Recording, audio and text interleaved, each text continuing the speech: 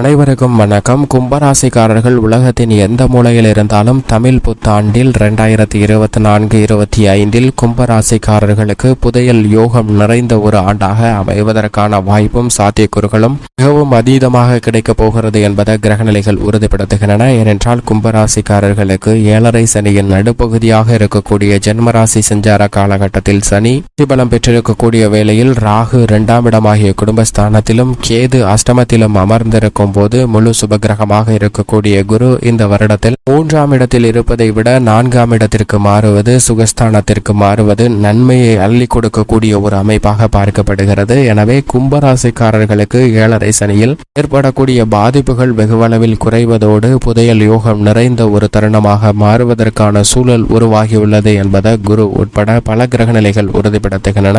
கிரகநிலைகளின் அமைப்பு கும்பராசிக்காரர்களுக்கு எப்படி உள்ளது என்று ஆராய்ந்து பார்க்கும்போது, உலகின் எந்த மூலையில் இருந்தாலும் தமிழ் புத்தாண்டு 2024-25 புதையல் யோகம் நிறைந்த ஒரு ஆண்டாகவும், அலட்சியம் இல்லாமல் செயல்படும் போது பல்வேறு விஷயங்கள்ல திடீர் அதிர்ஷ்ட யோகம் நிறைந்த ஒரு தருணமாகவும் அமைவதற்கான வாய்ப்பும் சாத்தியக்கூறுகளும் உள்ளது என்பதை நவ கிரகங்களின் அமைப்பு தமிழ் புத்தாண்டில் உறுதிப்படுத்துகிறது. தமிழ் புத்தாண்டை பொறுத்த வரைக்கும் கிரகநிலைகள்ல மிக பல மாறுதல்களை சந்திக்கக்கூடிய ஒரு ஆண்டாக பார்க்கப்படுகிறது. அதிலும் குறிப்பாக குரு தமிழ் புத்தாண்டு துவங்கிய 18ஆம் தேதியிலிருந்து மிக வலுவாக ரிஷபராசிக்குள் சுக்கிரனின் ஆட்சி வீடான ரிஷபராசிக்குள் நுழைகிறாருங்க.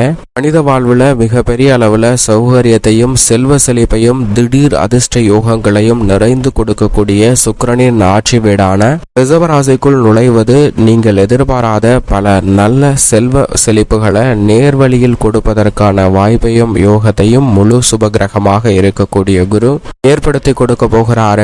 அவருடைய சஞ்சார அமைப்பின் காரணமாக சில தடைகள் வந்தாலும் கூட அவருடைய சுப பார்வை மிகவும் வலுவாக பல்வேறு இடங்களை வலுப்படுத்துகிறது. குரு பார்க்கின் கோடி நன்மை என்று சொல்லக்கூடிய வகையில் குருவின் சுப பார்வை பல்வேறு இடங்களை வலுப்படுத்துவதால் பல்வேறு விஷயங்கள்ல இருக்கக்கூடிய காரிய தடைகள் சிரமங்கள் விலகும், பொருளாதார ரீதியான சிக்கல்கள் விலகி நல்ல முன்னேற்றம் கிடைப்பதற்கான வாய்ப்பு உருவாகி உள்ளது என்பதை முழு சுபகிரகமாக இருக்கக்கூடிய குரு உறுதிப்படுத்துகிறாருங்க. இந்த தமிழ் வருடம் 2024 சித்திரை மாதம் துவங்கிய 18ஆம் தேதிக்கு பிறகு ரிஷபராசியில் அமரக்கூடிய குரு இந்த தமிழ் வருடம் முழுவதுமே ரிஷபராசியில் தான் சஞ்சரிக்க போகிறார். எனவே எதிர்பாராத பல சந்தர்ப்பங்களை நிச்சயமாக ஏற்படுத்தி கொடுப்பார். அதே சமயம் வக்ரகதியிலும் குரு வலுவிழந்து சஞ்சரிப்பாருங்க. அந்த தருணங்கள்ல சின்ன சின்ன மாறுதல்களை சந்திப்பதற்கான சாத்தியக்கூறுகள் உண்டு. அந்த நேரத்தில் விழிப்புணர்வுடன் செயல்பட்டால் பல சிரமங்களை விலக்கி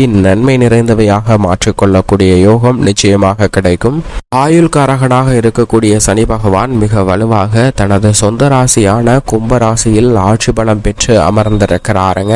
இந்த தமிழ் வருடம் முழுவதுமே அவர் தனது சொந்த ராசியான கும்பராசியில் ஆட்சி பலம் பெற்று அமர்ந்து சஞ்சரிப்பார். எனவே நீங்கள் எதிர்பாராத பல அதிரடியான மாற்றங்கள் தொழில்துறை, வியாபாரத்துறை, உத்தியோகம் சார்ந்த பணிகளில் நிறைந்து கிடைப்பதற்கான யோகம் நிச்சயமாக உண்டு. அவர் ஆட்சி பலம் பெற்று வலுவாக அமர்ந்திருக்கக்கூடிய இந்த வேளையில் வலுவிழந்து வக்ரகதியில் திரும்பினாலும் கூட பெரிய அளவிற்கு சிரமம் ஏற்படாது. நல்ல முன்னேற்றத்தை நிறைந்து கொடுக்கக்கூடிய வகையில், அதிலும் குறிப்பாக கும்பராசியில் அமர்ந்திருக்கும் போது குடமாய் நன்மையை நிறைந்து கொடுக்கக்கூடிய வலுவான அமைப்பில் வீற்றிருக்கிறார் சனி. எனவே இதை சரியாக பயன்படுத்தி கொண்டால் உச்சபட்ச வளர்ச்சி நிறைந்து கிடைப்பதற்கான யோகம் தங்களுடைய வாழ்வில் நிறைந்து கிடைப்பதற்கான வாய்ப்பும் சந்தர்ப்பங்களும் உள்ளது என்பதை தெளிவாகவும் துல்லியமாகவும் உறுதிப்படுத்துகிறார். நிழல் கிரகமாக இருக்கக்கூடிய ராகு மற்றும் கேதுவின் அமைப்பை பொறுத்த வரைக்கும் நிஜ வாழ்க்கையில மிகப்பெரிய தாக்கத்தை ஏற்படுத்தி கொடுக்கக்கூடிய சக்தி வாய்ந்த கிரகங்களாக பார்க்கப்படுகின்றன. இந்த 2 கிரக நிலைகளுமே இந்த வருடம் முழுவதுமே தங்களுடைய சஞ்சார அமைப்பில் எந்த விதமான மாறுதலையும் செய்யவில்லை. ஏனென்றால் ராகு குருவுக்கு ஆட்சி வீடாக இருக்கக்கூடிய மீன ராசியிலும், கேது புதனின் ஆட்சி வீடு மற்றும் உச்ச வீடாக இருக்கக்கூடிய கன்னிராசியிலும் அமர்ந்திருக்கிறாருங்க. ராகு கேது தங்களுக்கு சமபலம் பொருந்திய 2 கிரகநிலைகளின் வீட்டில் அமர்ந்திருப்பது என்பது பல்வேறு வகையில ஏற்படக்கூடிய சிரமங்கள் நிச்சயமாக விலகும். அது மட்டுமல்லாது தமிழ் வருடம் துவங்கிய சில மாதங்களிலேயே தங்களுடைய சஞ்சார தூரத்தில் பாதைக்கு மேல் ராகு மற்றும் கேது கடக்கக்கூடிய ஒரு தருணமாக அமைவதால் ராகு மற்றும் கேதுவின் வீரிய தன்மை என்பது குறைகிறது. எனவே ராகு கேது கேதுவால் சிக்கல் ஏற்பட்டிருந்தால் அவை நிச்சயமாக இனி குறைவதற்கான யோகம் இந்த தமிழ் வருடம் முழுவதுமே நிறைந்து கிடைக்க போகிறது. ஏனென்றால் இந்த தமிழ் வருடத்தில் ராகு கேது பெயர்ச்சி இல்லை, இந்த வருடத்திற்கு பிறகு ராகு கேதுவின் பயிற்சியானது நடைபெறுகிறது. எனவே பல அற்புதமான மாறுதல்களை நிழல் கிரகமாக இருக்கக்கூடிய ராகு மற்றும் கேது தங்களுடைய வாழ்வில் ஏற்படுத்துவதற்கான சாத்தியக்கூறுகள் உண்டு. அதிலும் குறிப்பாக புதையல் யோகம் நிறைந்த ஒரு ஆண்டாக மாற்றுவதற்கான யோகத்தை மிக வலுவாக கொடுக்கின்றன.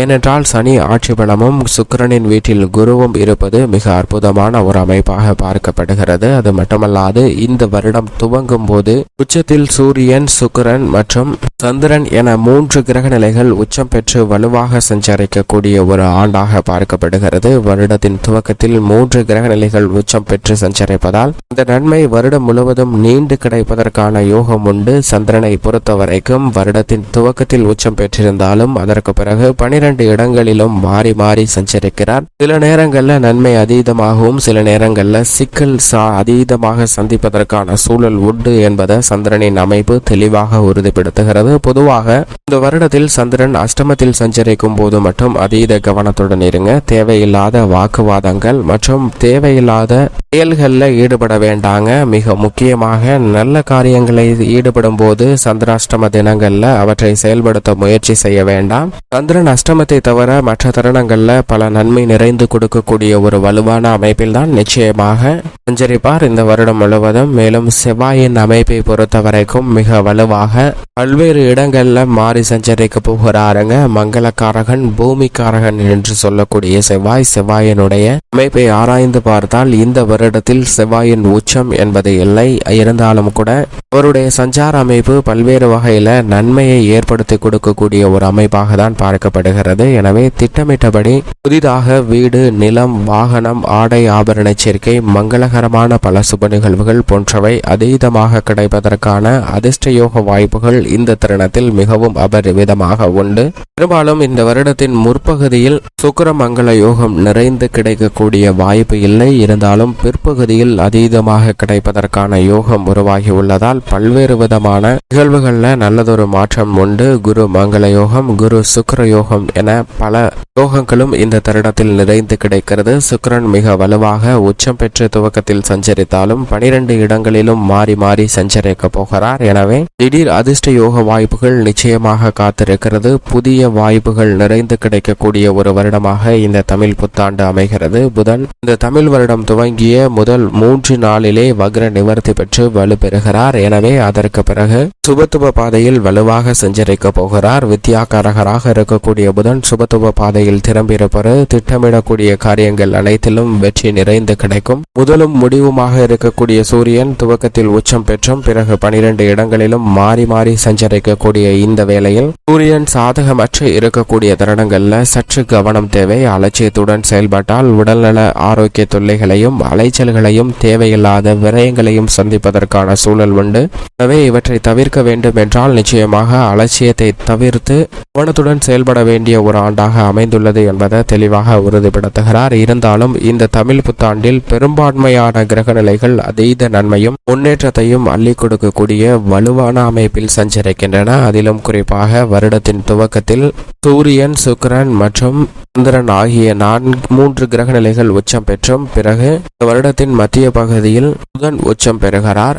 இந்த 4 கிரக நிலைகளின் உச்சம் நிறைந்த ஆண்டு நிச்சயமாக பல்வேறு விஷயங்களில் ஏற்படக்கூடிய தடைகளை விலக்கி நன்மையை நிறைந்து கொடுக்கக்கூடிய ஒரு தமிழ் புத்தாண்டாக இந்த வருடம் அமைகிறது என்பதை கிரகநிலைகள் தெளிவாகவும் துல்லியமாகவும் உறுதிப்படுத்துகின்றன. இப்படி கிரகநிலைகளின் அமைப்பு இருக்க கும்பராசிக்காரர்களை பொறுத்த வரைக்கும் முழு சுபகிரகமாக இருக்கக்கூடிய குரு 3ஆம் இடத்தில் இருப்பதை விட 4ஆம் இடத்திற்கு வந்திருப்பது அமோகமான நன்மையை அள்ளி கொடுக்கக்கூடிய ஒரு அமைப்பாக நிச்சயமாக பார்க்கப்படுகிறது. முழு சுபகிரகமாக இருக்கக்கூடிய குரு சுகஸ்தானத்தில் இருப்பதால் பல்வேறு வகையான சுப நிகழ்வுகள் இல்லத்தில் நடைபெறும்.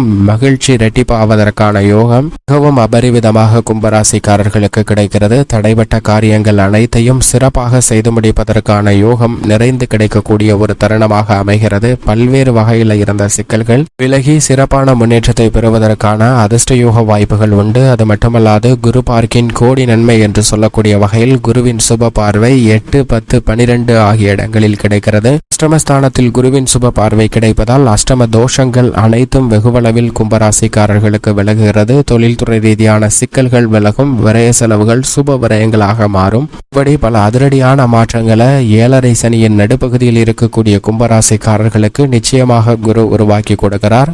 ராசியின் அதிபதியாக இருக்கக்கூடிய சனி பகவான் ஆட்சி பலம் பெற்று சஞ்சரித்தாலும் கூட ஜென்ம ராசியில் அமர்ந்திருப்பதால் அனைத்து விதமான பணிகளிலும் சற்று கூடுதல் கவனமும் விழிப்புணர்வும் மிக முக்கியமாக தேவைப்படுகிறது என்பதை தெளிவாகவும் துல்லியமாகவும் எடுத்து காட்டுகிறாருங்க. எனவே எந்த பணியை செய்தாலும் சற்று கவனமும் விழிப்புணர்வும் தேவை. நீங்கள் செய்யக்கூடிய சிறு கவன சிதறலால் ஏற்படக்கூடிய தவறு கூட மிகப்பெரிய அளவில் விளைவை ஏற்படுத்துவதற்கான வாய்ப்பு உண்டு. இருப்பினும் குரு சுகஸ்தானத்திற்கு மாறி இருப்பதால் உத்தியோக ரீதியாக சில எதிர்பார்க்கக்கூடிய நல்ல பல வாய்ப்புகளும் புதிய வேலை வாய்ப்பு, வெளிநாட்டு வேலை வாய்ப்பு என மகிழ்ச்சியை ஏற்படுத்தக்கூடிய செய்திகளும் நிச்சயமாக கிடைக்கும். தொழில்துறை வியாபாரத்துறையில் ராகு மற்றும் கேதுவின் வீரியம் குறைந்திருக்கக்கூடிய வேளையில் இந்த தருணத்தில் நீங்கள் எதிர்பார்க்கக்கூடிய நல்ல மாறுதல் மிக சிறப்பாக கிடைப்பதற்கான வாய்ப்பு நிச்சயமாக உருவாகிறது. ஏனென்றால் மற்ற துறைகளை விட புதையல் யோகம் நிறைந்த ஒரு துறையாக நிச்சயமாக தொழில்துறை வியாபாரத்துறை பார்க்கப்படுகிறது. பல பணிகளில் மிக சிறப்பான முன்னேற்றமும் வெற்றி வாய்ப்பும் நிறைந்து கிடைப்பதற்கான அதிர்ஷ்ட யோகம் உருவாகியுள்ளது என்பதை தெளிவாகவும் துல்லியமாகவும் கிரகநிலைகள் உறுதிப்படுத்துகின்றன. அது மட்டுமல்லாது கலைத்துறையின் நாயகனாக இருக்கக்கூடிய சுக்கிரன் 2 உச்சம் பெற்றிருக்கிறார் வருடத்தின் துவக்கத்தில். பிறகு 12 இடங்களிலும் மாறி சஞ்சரித்தாலும் கூட கலைத்துறையில் உங்களுக்கென தனி இடத்தை பிடிக்கக்கூடிய வகையில் நல்ல பல வாய்ப்புகளையும் சந்தர்ப்பங்களையும் இந்த வருடத்தில் நிறைந்து கொடுக்க போகிறார். மிக முக்கியமாக சனி, ராகு, கேது போன்ற கிரகநிலைகளின் அமைப்பு சாதகமற்ற ஒரு சூழ்நிலையில் இருக்கும்போது குரு, சுக்கிரன் உள்ளிட்ட பல கிரகநிலைகள் சாதகமாக வலம் வருவதால் 7.5 சனியில் கலைத்துறையில் உச்சபட்ச வளர்ச்சி கிடைக்கும். அதைவிட அரசியல் சார்ந்த பணிகளில் மிக சிறப்பான வரவேற்பும்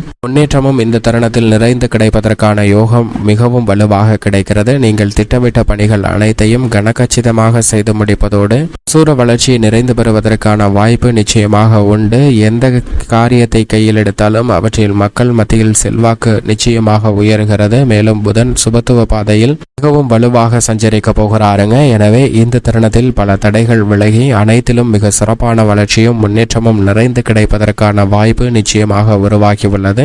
செவ்வாய் மிக வலுவாக பல்வேறு இடங்களை வலுப்படுத்துகிறாருங்க. எனவே இந்த தருணத்தில் நீங்கள் நினைக்கக்கூடிய காரியங்களில் புதிதாக விவசாயம் சார்ந்த பணிகளில் மிக சிறப்பான முன்னேற்றத்தை பெறுவதற்கான வாய்ப்பு உண்டு. புதிய அசையும் அசையா சொத்துக்கள் வாங்குவதற்கான யோகமும் கால்நடை வளர்ப்பில் நல்ல முன்னேற்றம் நிறைந்து பெறுவதற்கான வாய்ப்பும் உண்டு. ராசியின் அதிபதியான சனியின் தந்தையாக இருக்கக்கூடிய சூரியனும் பெரும்பாலும் சாதகமாக வலம் வருவதால் இந்த வருடத்தில் அதிகாரமும் ஆளுமையும் நிறைந்து கிடைப்பதற்கான யோகம் உண்டு என்பதை தெளிவாக உறுதிப்படுத்துகிறார். சந்திரன் அஷ்டமத்தை தவிர மற்ற தருணங்கள்ல நல்ல பலனையும் முன்னேற்றத்தையும் கும்பராசிக்காரர்களுக்கு வாரி வழங்குகிறார். எனவே சரியாக பயன்படுத்திக் கொள்ளுங்கள். மேலும் இந்த வருடத்தை புதையல் யோகம் நிறைந்த ஒரு ஆண்டாக மாற்றிக்கொள்வதற்கு நிச்சயமாக கும்பராசிக்காரர்கள் வாரத்தில் சனிக்கிழமை விரதமிருந்து அருகாமையில் உள்ள ஆலயம் சென்று தீபம் ஏற்றி வழிபாடு செய்யுங்கள். அப்படி செய்வதால் வாழ்வில் ஏற்படக்கூடிய பல சிரமம் விலகி புதையல் யோகம் நிறைந்து கிடைப்பதற்கான சூழல் நிச்சயமாக உருவாகும் என்பதில் சந்தேகமே இல்லை. கும்பராசிக்காரர்களுக்கு